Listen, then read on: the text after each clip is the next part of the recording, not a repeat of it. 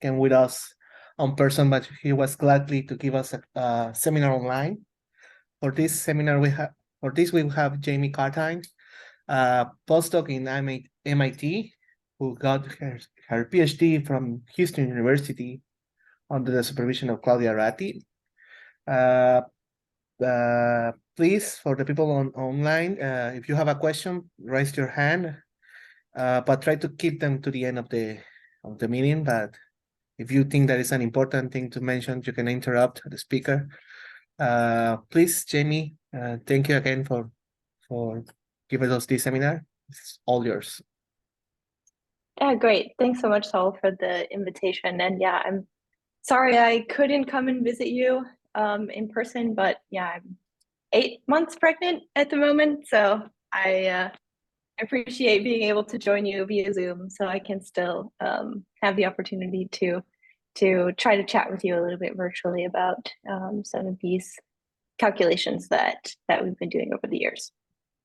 So yeah, today I'm going to talk about how to understand how to characterize the QCD phase diagram via fluctuations of conserved charges. So first of all, start with a few different phase diagrams, actually. The one I'm showing here is nice because this one is a sketch, I would say, of the QCD phase diagram that includes the different terrestrial experiments, including some that will be coming online in the future, like NICA, and also the relevant astrophysical laboratories. We have protoneutron stars, compact stars going into this finite isospin density plane that's projecting here. And in principle, what I want to say about the QCD phase diagram is that this is mostly a conjecture plot, right? There are many things that we still don't know about the phase structure of QCD, and namely whether or not there is a critical point somewhere which marks the end of the crossover phase transition and the start of a first order phase transition. And furthermore, kind of along the same lines, what is the transition line? Where does it pass through the phase diagram at high density? What are those phases at high density? And what are the degrees of freedom that are relevant in the vicinity of the phase transition?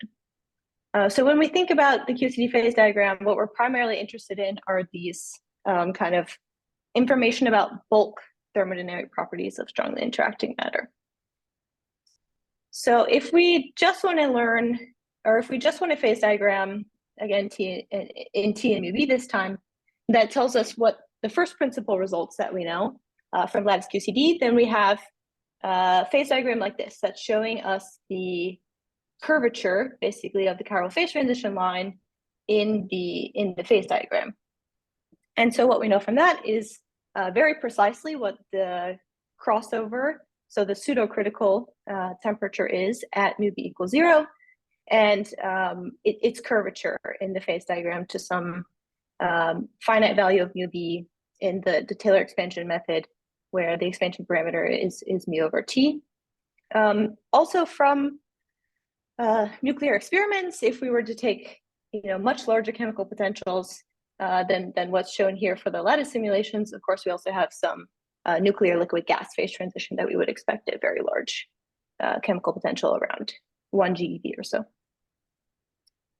And then if we want to extend this to include models and different things to try to build out our phase diagram, we can, for example, look at the chiral mean field model, which I'm showing here, and we sort of get back that kind of schematic diagram that shows us, okay, this is what we might expect the phase structure of QCD to look like, adding also, again, this kind of nuclear liquid gas phase transition and very high chemical potentials. So there are also shown here this multi-messenger astrophysical observables. So there are really exciting times ahead for us to try to map out the different phases of QCD. And this phase diagram just kind of pulls everything together. This is from last fall, after the latest long-range plan meeting, where the community comes together to decide what will be the priorities for funding over the next year. So on the white paper, this particular plot is also included of the phase diagram. So we have, again, from Lattice QCD, what we know here at low baryon chemical potential, and in addition, some freeze-out parameters, which are shown these different points from the heavy ion collision data, in addition to some astrophysical constraints on the high density equation of state. But we have some sort of gap to bridge here in the middle, especially if we just look at the values for the heavy ion collision data. We have some points here in a moderate range of chemical potential, and then a kind of large gap until we get out to the lower energy colliders, like those in Germany, for example, that will be built at the FAIR collider, hopefully coming up soon. So what this hole can kind of be helped to be filled is with the Beam Energy Scan 2 program that's already finished its data taking at the relativistic heavy ion collider at BNL here in the US. And so by basically having this ability to change the energy of the beams in the collider mode, you can vary also the chemical potential in the phase diagram. Okay, so that Beam Energy Scan program is really getting out to about 750 MeV and MeV. So they're really extending the coverage in the QCD phase diagram, even going into fixed target mode to get down to low enough energies to really scan, roughly every 25 MeV or so, all the different beam energies that are probed in this Beam Energy Scan program are listed here at the top, and then mapped onto the different chemical potentials that we can expect in the phase diagram. So in order to be able to say whether we've seen a critical point in the heavy ion collision data, we need some candidates for different observables that would tell us how those observables will look in the presence of a critical point, and which ones will be most strongly affected by the presence of a critical point. And the best candidate for that has been determined to be higher order fluctuations. For example, what's shown here is just a schematic of fourth order fluctuations, so something like a kurtosis, which here is shown from just an Ising model calculation. So a system that contains a critical point, what do we expect these higher order fluctuations to look like in its own phase diagram? So if we step back and try to look at where this is relevant in kind of the evolution of a heavy ion collision, a typical evolution of a heavy ion collision, then this is kind of a quintessential plot to show us that evolution. So when the flat pancake-like Lorentz contracted nuclei collide, they form a deconfined medium after some time, but eventually, of course, we have to have a hadronization temperature, and everything has to go back into color neutral particles. And at that time, we have a Hadron Resonance Gas or a Hadron gas phase until the particles free stream into the detectors, and we have our final particle distributions.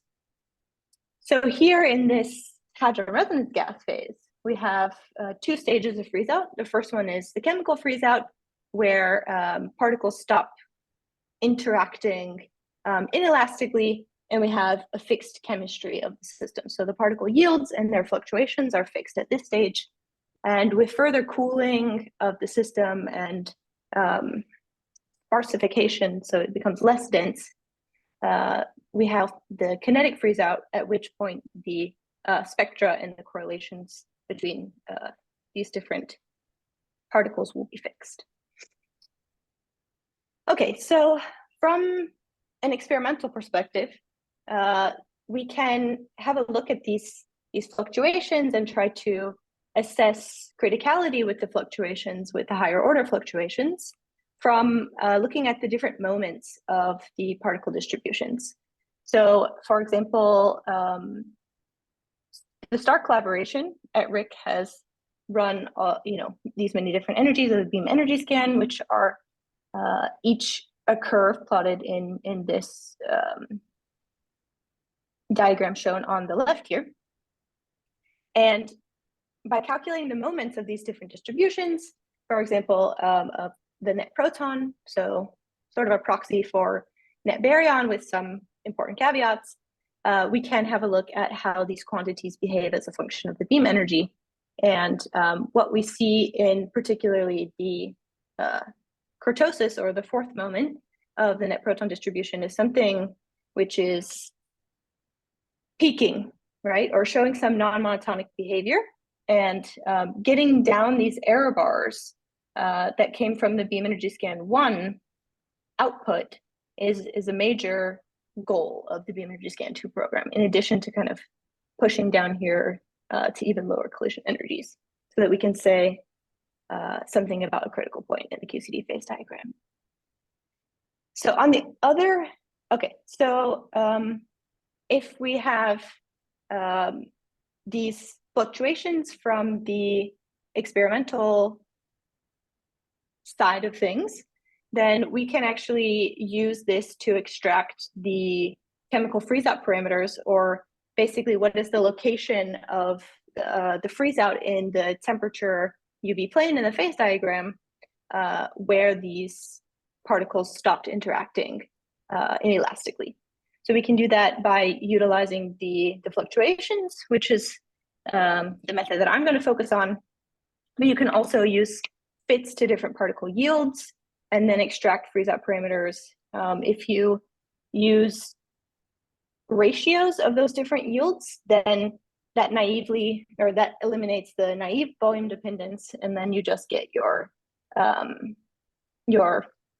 location of the freeze-out in the phase diagram in T and UV. So on the other hand, from the theory side, if we want to calculate these fluctuations, they are related to the equation of state of QCD via derivatives of the pressure with respect to the different chemical potentials. In QCD, we have not only baryon number as a conserved charge, but also strangeness and electric charge chemical potentials that allow us to take these different derivatives and be very differential in the quantities that we can form with these fluctuations. Furthermore, if we want to make a comparison between what we calculate in the theory and what we calculate, or what's given to us from the experimental side, I should say, then we can have these nice correspondence between our fluctuations on the susceptibilities and the experimental moments. So a single derivative of the pressure, chi1, would be equivalent to the mean, and then the variance would be chi2, so on and so forth. And again, if we want to eliminate what we don't know, which is the system size or the system volume from the experimental perspective, then it's much preferable for us to form these ratios. So if we turn now to what the calculations of these fluctuations, these susceptibilities look like from first principles, there's kind of a whole slew of data from Lattice QCD on these fluctuations. And what I'm showing on the left is just the quark susceptibilities for an up quark and a strange quark. And what's interesting about this quantity from Lattice is that they have different inflection points, which might be indicative of some sort of flavor hierarchy in the chemical freeze-out, in this chemical freeze-out that occurs in the transition area in the QCD phase diagram. On the other hand, there are also many quantities available for off-diagonal fluctuations, so some mixing between different conserved charges, all the way up to a preliminary 8th order preliminary eighth order derivative, for example, of this baryon strangeness fluctuation. And the last plot that I'm showing here on the right is for these higher order baryon number fluctuations, which is what we are going to be primarily interested in order to be able to kind of map onto fluctuations near a critical point. So there's really, good and robust data from Lattice QCD on these susceptibilities. So with this talk today, I want to introduce a little bit the main model that I'm going to be using, which is the Hadron Resonance Gas model, and a little bit about Lattice QCD, and then study those fluctuations from the perspective of this Hadron Resonance Gas model and also the equation of state. And see, in the end, I'm going to talk about how the QCD critical features can be kind of discerned from an equation of state that contains criticality. Okay, so first, let's define the Hadron Resonance Gas model, which we know is something that describes the kind of low temperature degrees of freedom in the QCD phase diagram. So if we're below this chiral phase transition temperature, then we can expect to have some sort of hadron gas describing our system. And what's really nice about this ideal hadron resonance gas is that we have essentially zero free parameters. It's just a grand canonical partition function that gives us our pressure. And the only free parameter is basically this sum here that you have. You have sum over the number of particles which you include in your hadron spectrum to make up the pressure. So you can see that if I add more states, I'll have a larger pressure essentially in my Hadron Resonance Gas model. And if we look a little bit at the comparison between the Hadron Resonance Gas model, which is relevant at low temperatures, to what we have from first principles Lattice QCD data, they agree quite well in the range of applicability. So for example, for the equation of state, we have here the pressure, the energy density, and the entropy in these three different curves from lattice calculations shown as the bands, the colored bands, overlapping with the HRG model calculations. And so the agreement is really remarkable for the equation of state, and also for example, different susceptibilities.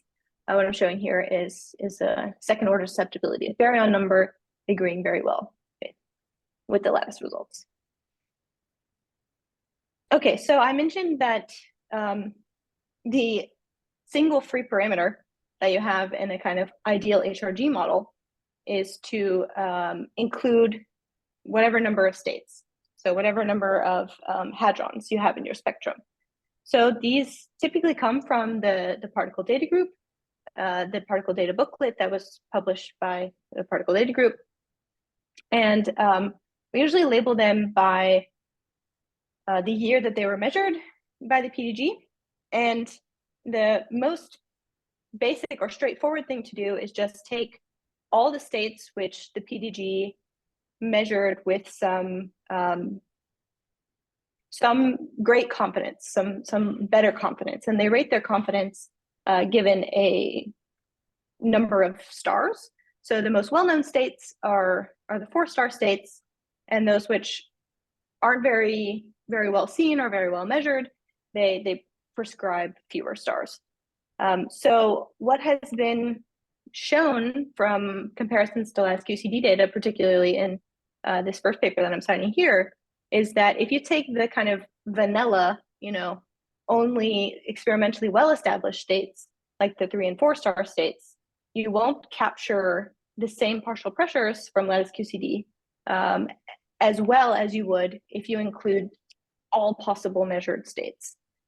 So you need some sort of enhancement of the hadronic spectrum in order to reproduce better the Lattice QCD results. And then as a kind of limiting case, you can go even farther and say, okay, well, I can include all the particles that are predicted by the quark model. And this is, again, some sort of kind of upper limit. And in the plot here on the right, comparing those different hadronic lists just to see that those extra states that are found are mainly in the strange sector. And if you look at the quark model limiting case, there's many, many, many more states, possibly many more than could even be measured experimentally.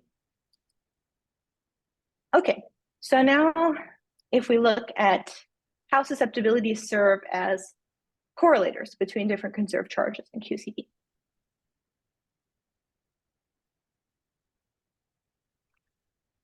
So these conserved charges are carried differently by different hadrons, depending on their quark content, of course.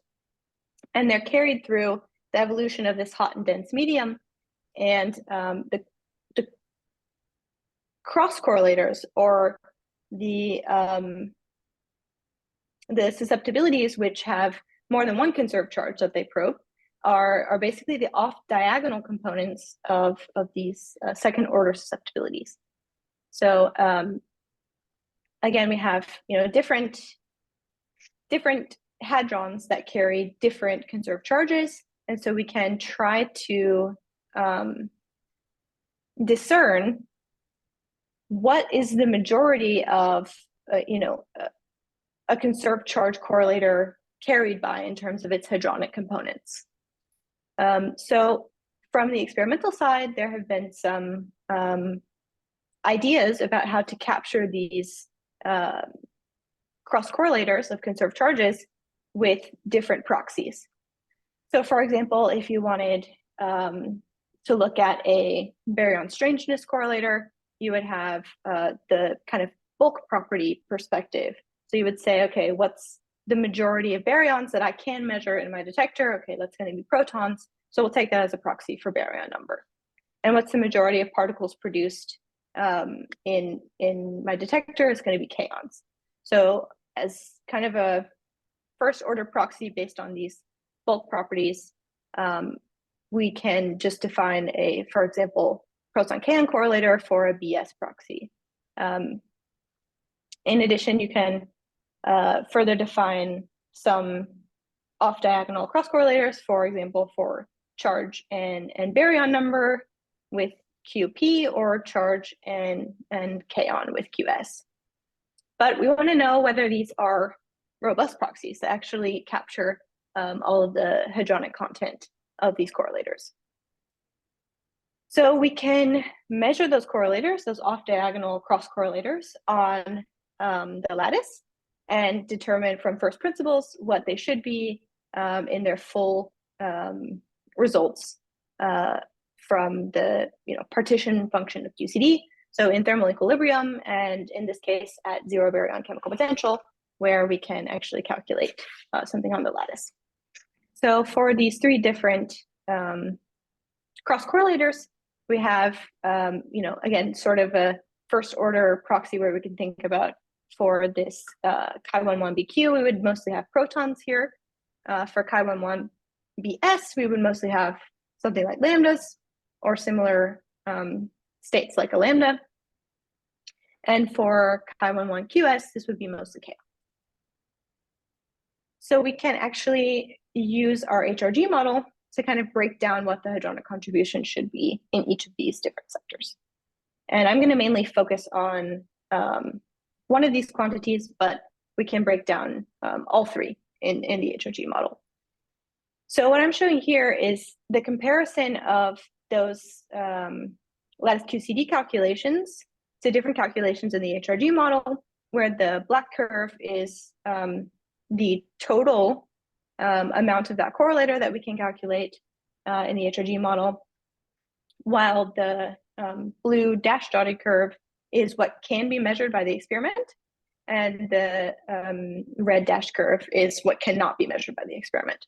So we can see that the agreement between the black and pink is good. So we have overall encapsulating what the first principles calculations say with the HRG model. Now, if we focus on this baryon strangeness correlator, for example, we can kind of try to break down which of those contributions from the measurable case is actually contributing here. So we define measurable in this analysis as things which are commonly measured in the experiment.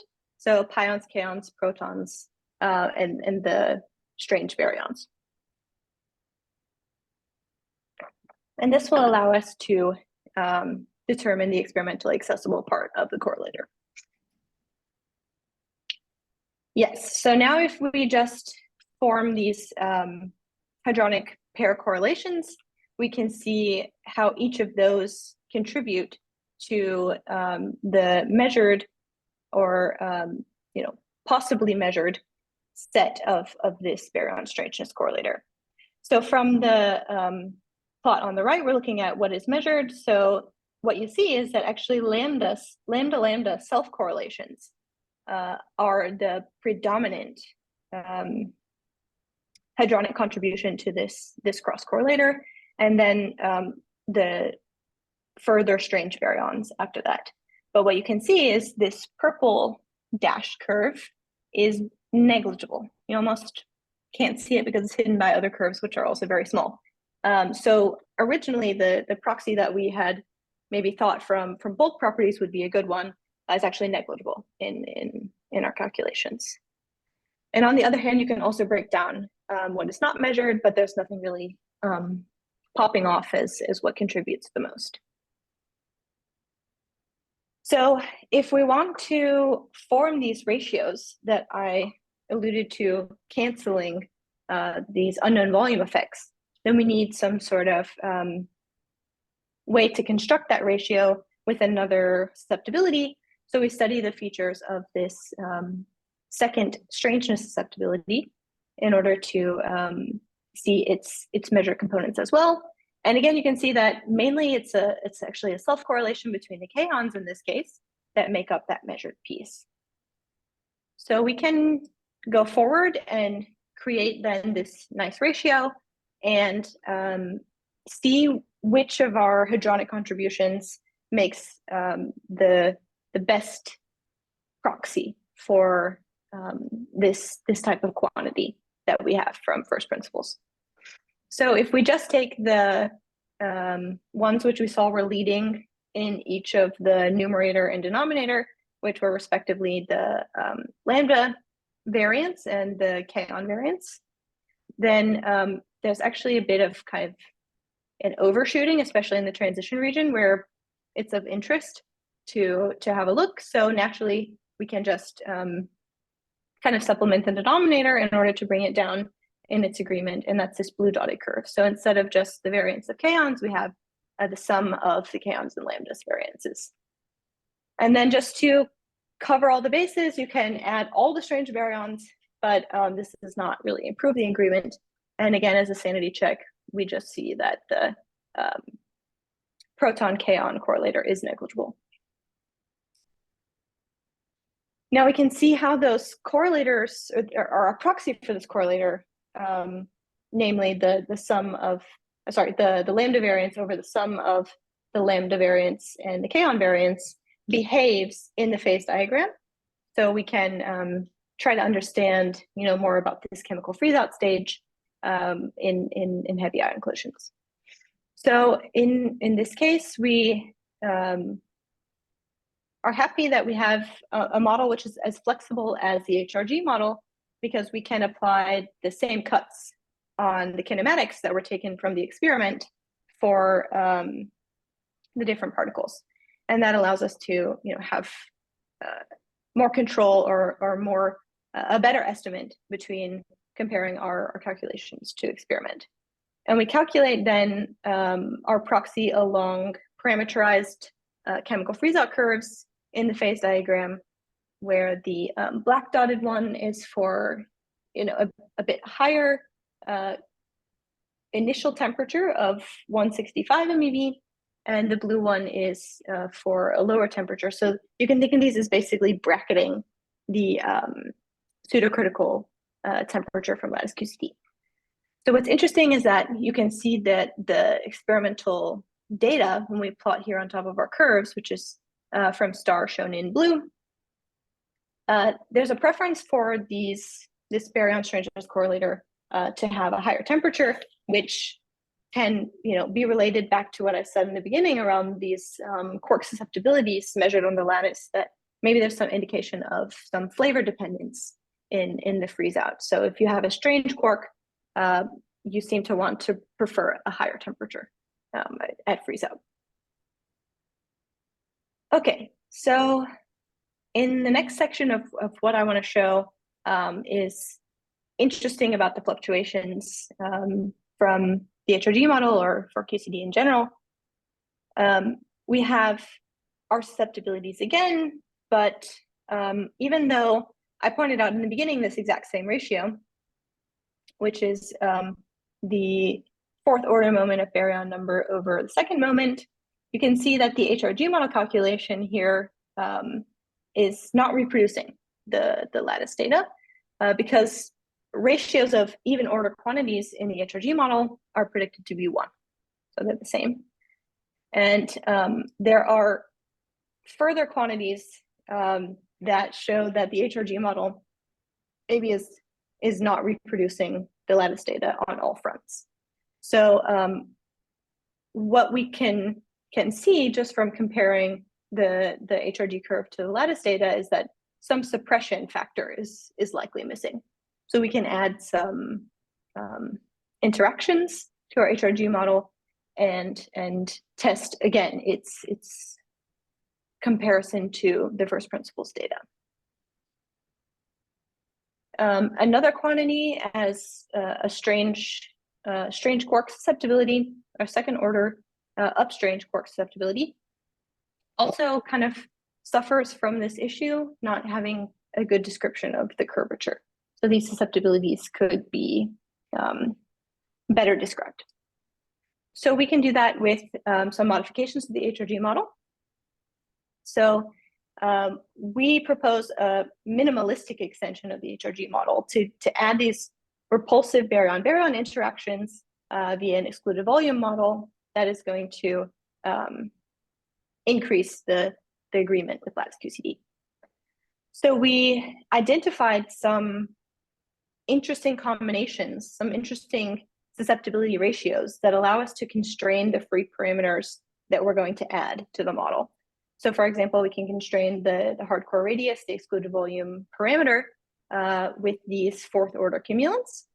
And we can also constrain how many states we should have in our HRG model that I showed you was a free parameter even in the ideal case, constraining that hadronic spectrum with ratios of second order baryon correlators.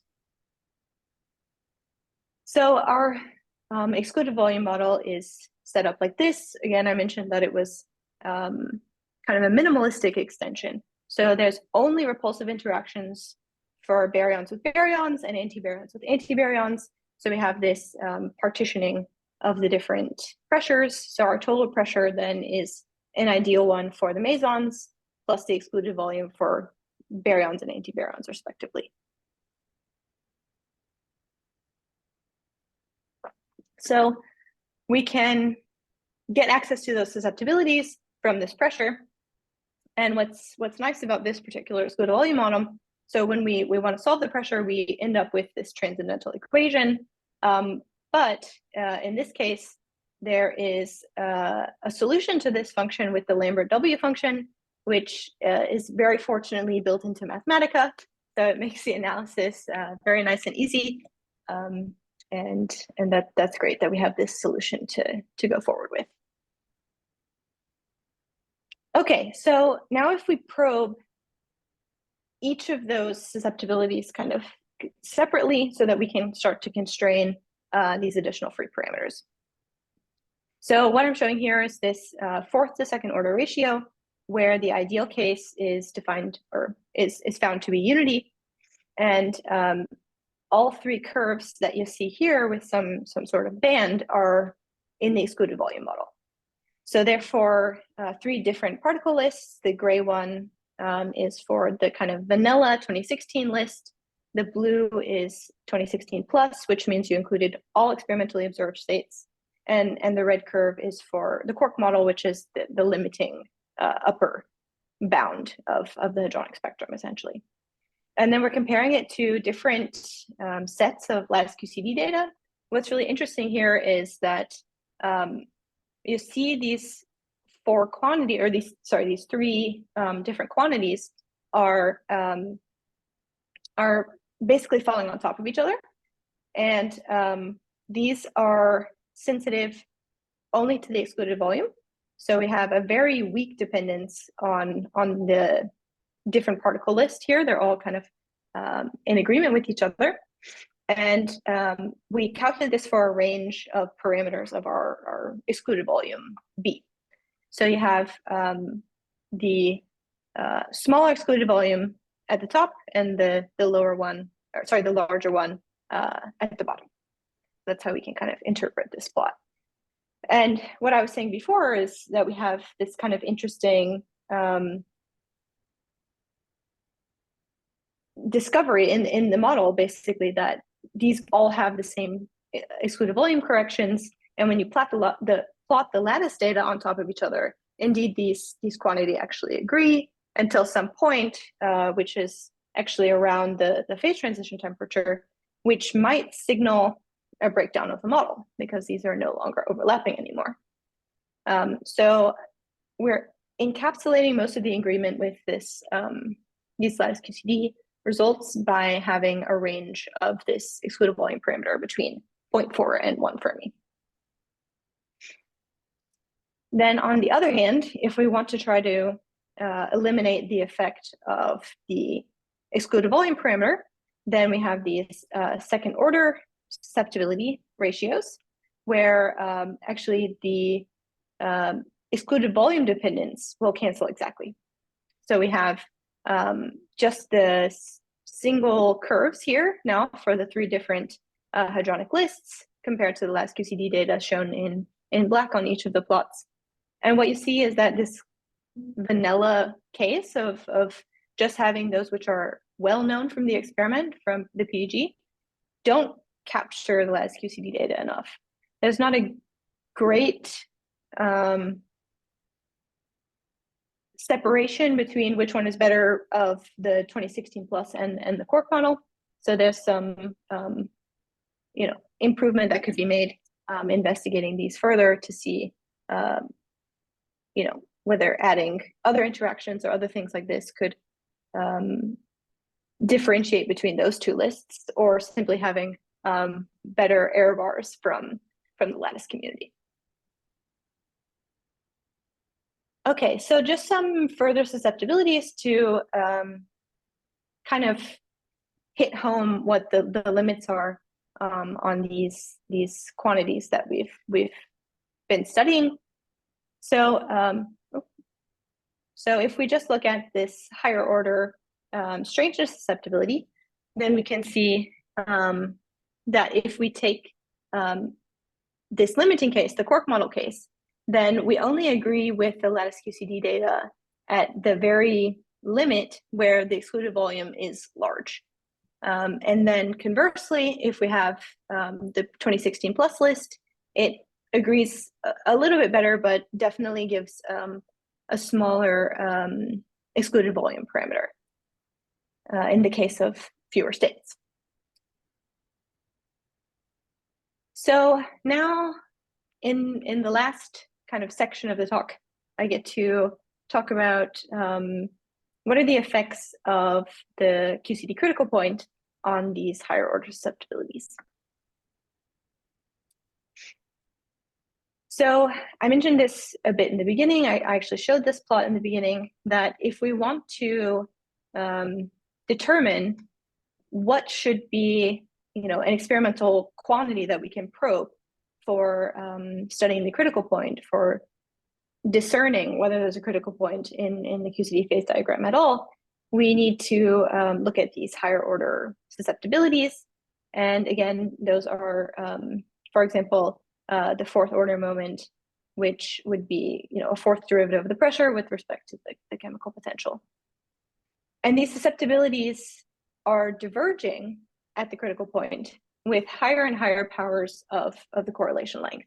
So that's why these higher order fluctuations are so sensitive to the critical point, and we want an observable as sensitive as possible.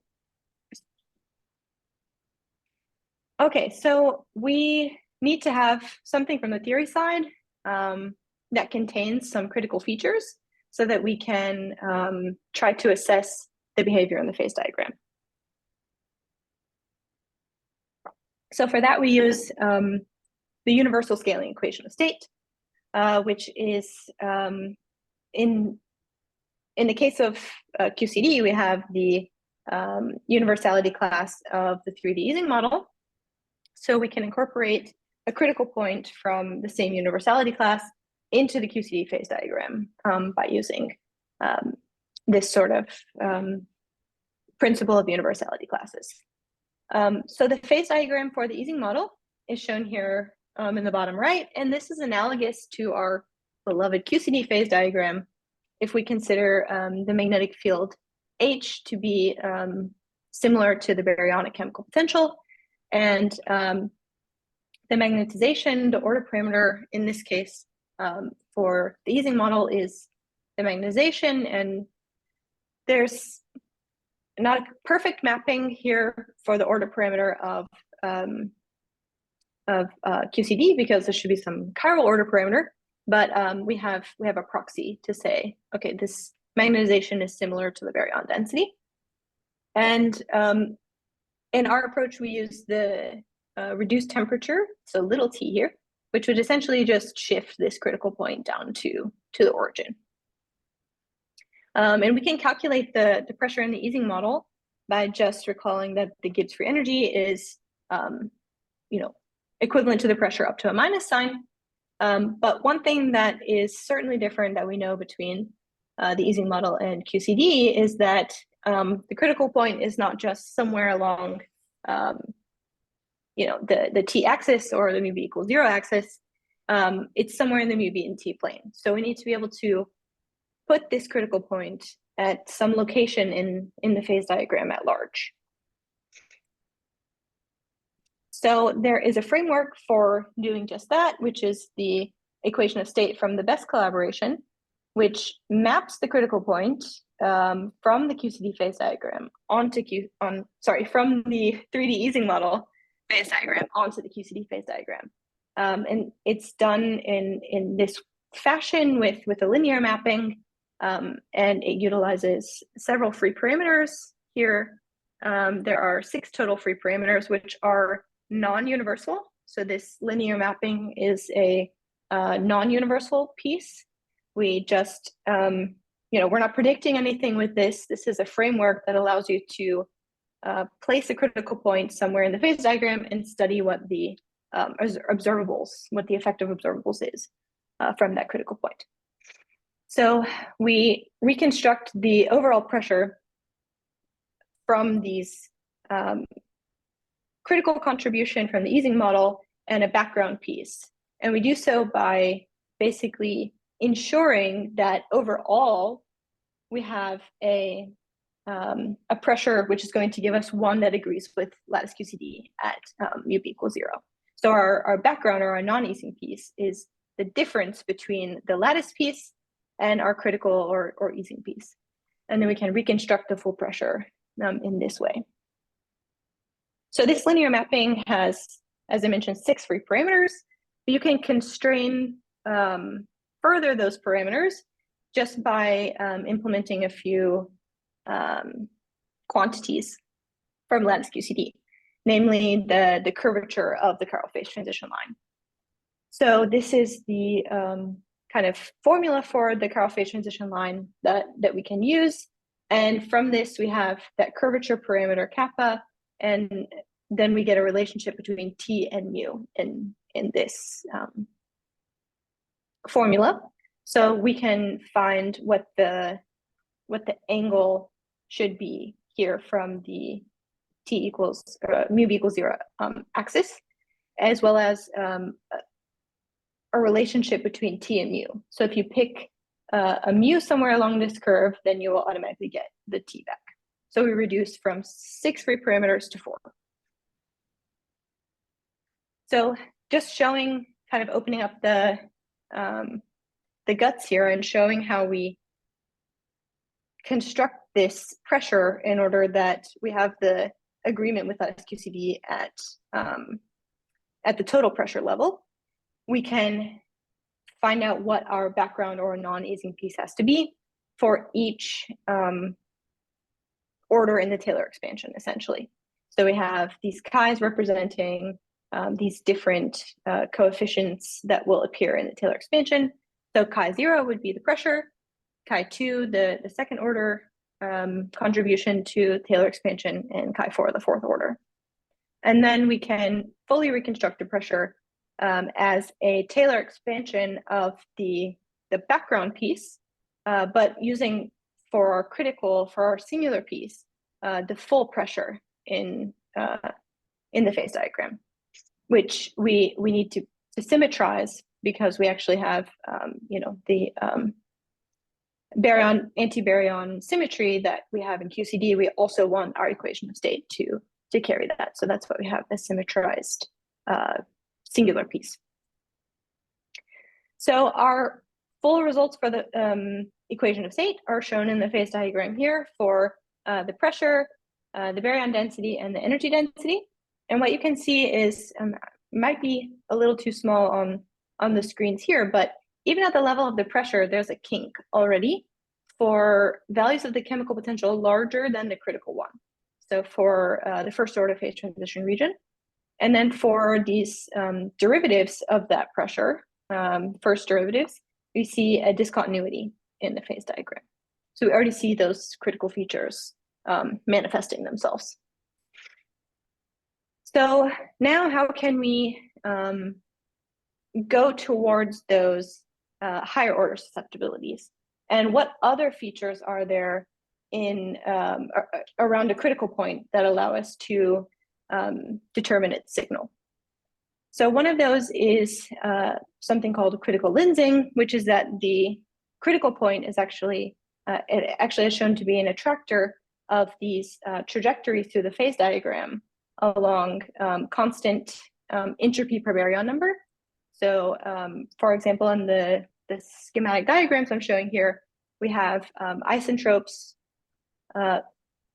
trajectories through the phase diagram without a critical point at some value of mu b versus with a critical point. So you can see that they are vastly warped or affected by the presence of this critical point. And if I have time, I will also talk about if we go into an off-equilibrium scenario, how will the critical lensing survive, or will it survive? Can we still see effects of this in the case of, a realistic scenario where we know that we don't have in the experiments an equilibrium scenario? So we can actually derive what the this critical lensing separation, where the isentropes should go to zero in terms of the thermodynamic parameters that we have in our phase diagram. So we can see what the separation in mu b and the separation in t will be. So if we just treat t and mu b as independent thermodynamic variables and then take the derivative with respect to this isentrope, which is constant s over n, then our derivatives will come out like this. And if we're approaching our critical point in terms of easing parameters, in terms of the easing variables, which are r and h, we'll be approaching the critical point along the crossover, which is h equals 0, as r goes to 0. So we will have our pressure, which is kind of building up the basis of this equation of state that scales in this way.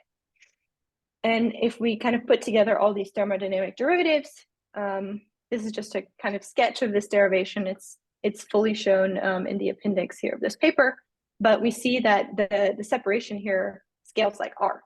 So as r goes to 0, this separation also goes to 0. And so we can see that if we have a look at the isentropic trajectories in the phase diagram, and in addition, what I'm showing here already as those higher order fluctuations this fourth order moment of the baryon number. So the different panels here show different configurations of the equation of state with those free parameters that I mentioned. So the ones that control the size and shape of the critical region are called W and rho. And what you can see is the smaller value you have for those parameters, the larger your effect at the critical point is. And as we turn those parameters up, you really have quite a small and stretched critical region.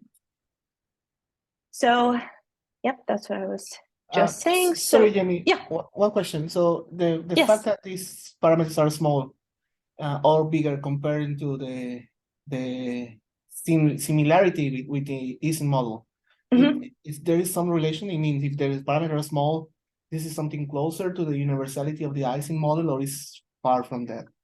No, it's a good question. So the mapping parameters here, so this W and rho, are non-universal. So if I just quickly jump back, I can show you where they appear. Yeah, so this linear mapping that allows us to get the Ising universal features pasted onto the QCD phase diagram come with these 6 non-universal parameters.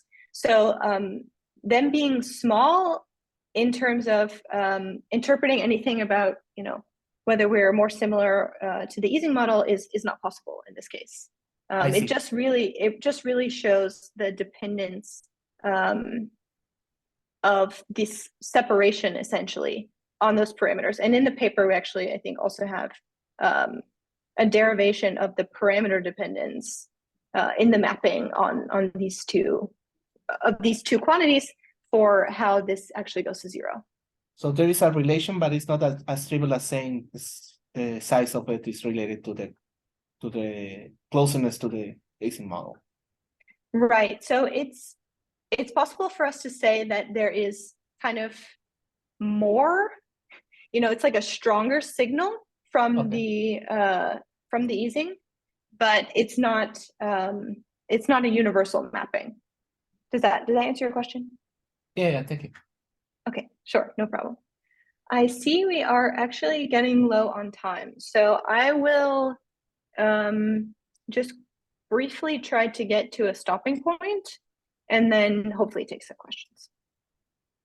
So this I kind of already mentioned before, but it's very interesting to see that if you actually scale down the parameter W here, then you'll have kind of a stretching along T. And if you scale up the parameter rho, you have a stretching in the other direction along mu B. And furthermore, what we see is when you have this very large kind of presence signal of a critical point, you have the largest effect of critical lensing in this case. So I think I would stop here and just flash the conclusions. I talked about in the beginning some correlators of conserved charges and how to actually form proxies of those things for the experimental community, some modifications to the Hadron Resonance Gas model, and how we can place constraints on those extra parameters that we add, and then how to study the effects of a critical point and what are the signatures of the critical point in the QCD phase diagram. Okay, thanks so much.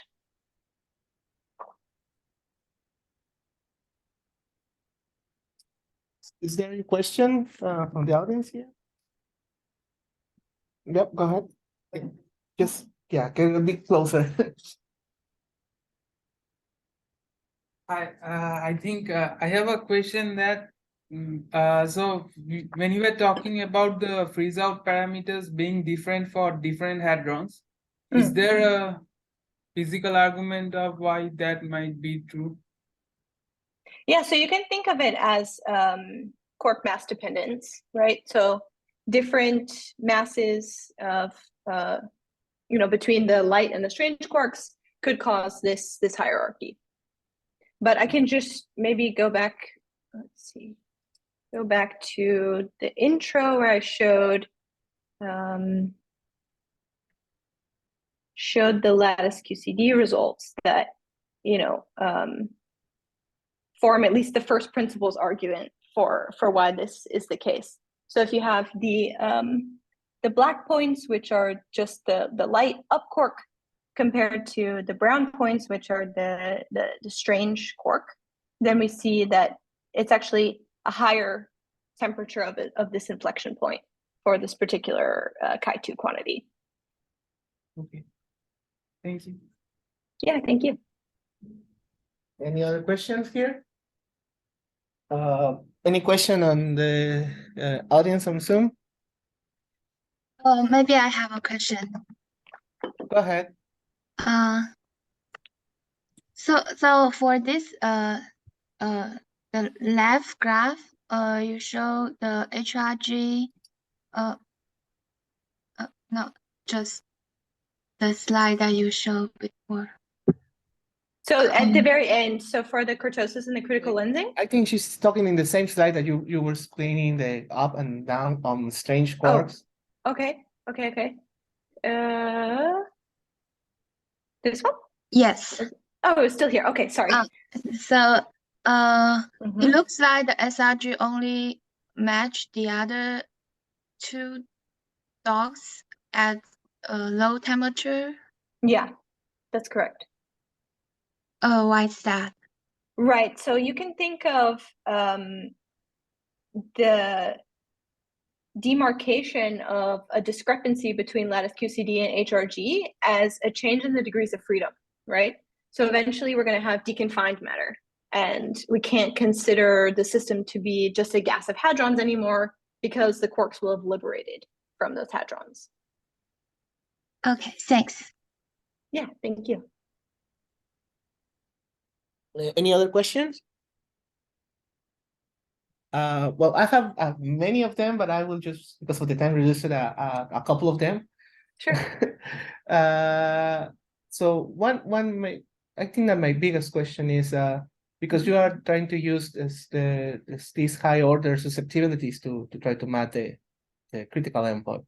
Wouldn't be even also useful to use the speed of sound, which is a quantity that experiments measure at these anisotropical lines, and it's also related to high susceptibilities. How this could be done in lattice in that case? Yeah, absolutely. So we actually, right, the speed of sound should go to 0 at the critical point. So that's another signature, right, that we can actually see in our equation of state. So in the best equation of state formulations, we have some plots that show the features of the speed of sound, like you're showing those critical features. Whether Has or to not reach it 0 can be, at the critical endpoint? sorry? You're saying that it has to be 0 on the critical endpoint? Yeah, so as the system diverges toward the critical point, the speed of sound itself actually goes to 0. Okay. For a critical point, not along a first order line, but at the critical point itself, it goes to 0. It doesn't matter how attractive the critical endpoint is. I mean, thinking of this isotropic lines that you draw, right? Mm-hmm. How the bending of the isotropic lines, how strong it is. Because I would expect that if those lines are not too attractive, then the speed of sound doesn't have to go to 0 exactly. I mean, it has to go down, but not exactly to 0, right? I think I think I agree, especially if you're not close enough to the critical point. In addition, then you also wouldn't see this. That's correct. Yeah. But I mean, okay, so so the question is, how do you do this on lattice? There is a way to easily calculate the speed of sound? From the lattice. Yes. Or is not possible? I don't know of any groups that are calculating the speed of sound. Trying to think if there's a way to get those derivatives from just the pressure. Well, it's the pressure with respect to the energy density. But calculating it directly, I'm not sure I'm aware of those calculations. That's because a good question. Yeah. Yeah, because I mean, it's just calculating the susceptibilities, but not just in terms of the chemical potential, so also in terms of the temperature, right? So, I mean, you have already the susceptibilities in terms of the chemical potential, you have half of the work to get the speed of sound. Right, but from the lattice perspective, yeah, we only have them at mu b equals 0. So trying to use this as a feature to see a critical point Yeah, that's is true. going to rely on the Taylor expansion of those guys. But it's an interesting point. I like the idea. Okay, thank you. Yeah, So sure. let's just keep it with that simple question. And thank you very much for giving this seminar to us. Thank you. Thank you again, I guess.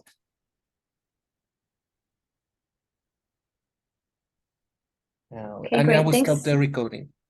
Yeah, thanks so much for inviting me, and feel free to share my email with anyone who